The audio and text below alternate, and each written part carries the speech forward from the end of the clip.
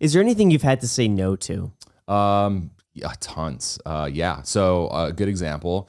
So it was about 3 years or 2.5 years ago when I started working with Jimmy. What was becoming really popular were these like mystery loot crate, like internet sites where it's basically like CSGO skins, but you'd go on and it'd be like, here's this Supreme box and you'd pay $50 for it. And remember, it was didn't Ricegum did quite a few people. Yeah. Yes, Yeah, they got a lot of hate for that. Right. Jimmy was, he wanted to work with that company when he heard about it because there was a lot of money and we wanted to give that money away in a video. And I had to talk him back on it. I was like, listen, we're not promoting gambling. I think people are going to see this negatively. So it was a long conversation that him and I had to have, which eventually we passed on the deal. And then Jake, Paul, and Ricegum ended up doing that deal and got a lot of hate for it. Yeah. So we've sidestepped a few situations by just having longer conversations. Him and I have a really good relationship.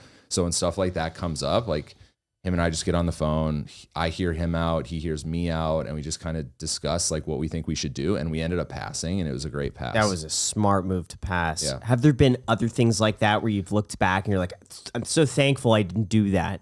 All the time. Really? Yeah, all the time. Not just like on brands, but just on like PR and appearances and all the time.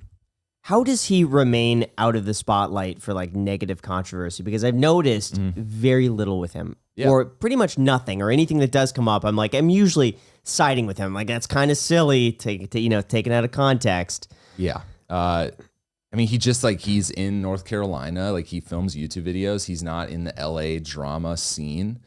He doesn't engage with drama on the internet. And also, like, he doesn't drink. Like, we don't do any of that. Like, we don't really go to parties. We're not part of that crew. Yeah. And so that's how he stayed out. And he didn't do anything in the past that was wrong, which, usually people are penalized for being a 14-year-old that said something stupid, because when Jimmy became famous or started to become famous, he was 20 years old.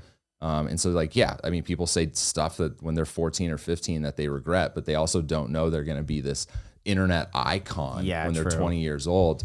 But yeah, he just doesn't have a troubled past. He doesn't really have skeletons in the closet at all. So it's not really sidestepping. We just don't have it. We don't have anything to hide.